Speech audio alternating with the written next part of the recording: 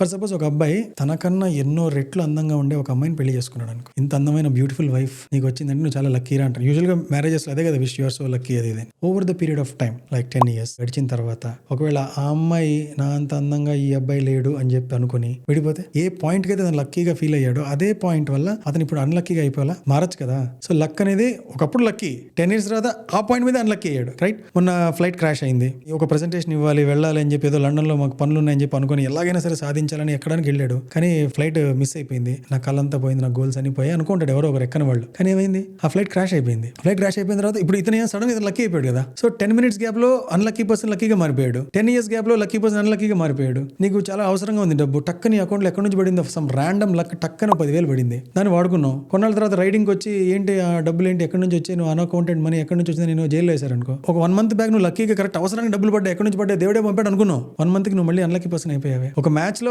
అనుకోకుండా లక్ మన ఇండియాకి ఫేవర్ చేసి ఆ బ్యాట్స్మెన్ ఏదో మిస్టేక్ చేశాడు, దానివల్ల మనం గెలిచేసాం. ఫుల్ సంబరాలు డాన్సులు, మనం టీం ఓడిపోయింది. ఆ మిస్టేక్ నుంచి ఒక లెసన్ నేర్చుకున్నాడు, కామ్ గా ఉన్నాడు. కొన్నాడు వరల్డ్ కప్ ఫైనల్స్ లో మళ్ళీ సేమ్ అదే టీమ్ తో తలపడాల్సి వచ్చింది. అప్పుడు ఆ అబ్బాయి ఆ మిస్టేక్ చేయడు, ఎందుకంటే అతను లెసన్ నేర్చుకుని ఉన్నాడు. గెలిచేశారు వాళ్ళు ఈసారి. లక్ మన వైపు రాలేదు, అతని వైపు వెళ్ళిపోయింది. ఒకప్పుడు మనం లక్ మనకు ఫేవర్ చేసింది అనుకుని సెలబ్రేట్ చేసింది, వరల్డ్ కప్ ఫైనల్ లో ఏం చేసాం, ఆ రోజు ఫేవర్ చేయడం వల్ల కదా ఈ రోజు మనం ఆ మిస్టేక్ నేర్చుకోలేదు. అతనికి ఒక మిస్టేక్ నుంచి నేర్చుకునే అవకాశం మనం ఇచ్చాం కదా, ఈ రోజు మనకేది బూమరంగ్ అయింది కదా. మరి ఏమైంది లక్ అనేది, ఇప్పుడు ఏం మాట్లాడుతుంది దానికి, ఏం చెప్పలేము. ఒక పాయింట్ ఆఫ్ ఈ రోజు మనకి ఇది లక్ అనుకుంటాం, దాన్ని మెయింటైన్ అయ్యి అది అలాగే మంచి రిజల్ట్స్ ఇస్తే ఓకే ఫైన్, లేకపోతే దాన్ని మళ్ళీ అదే పాయింట్ లో రివర్స్ కూడా తగలచ్చు. సో టైం ని బట్టి ఈ రోజు మనం లక్కీ అనుకునేది మారిపోద్ది. అలాంటప్పుడు పెద్ద లక్ కలిసి వచ్చినా పెద్ద ఫీల్ అవ్వాల్సిన అవసరం లేదు. As the time progresses this might change. So that is my relation towards luck.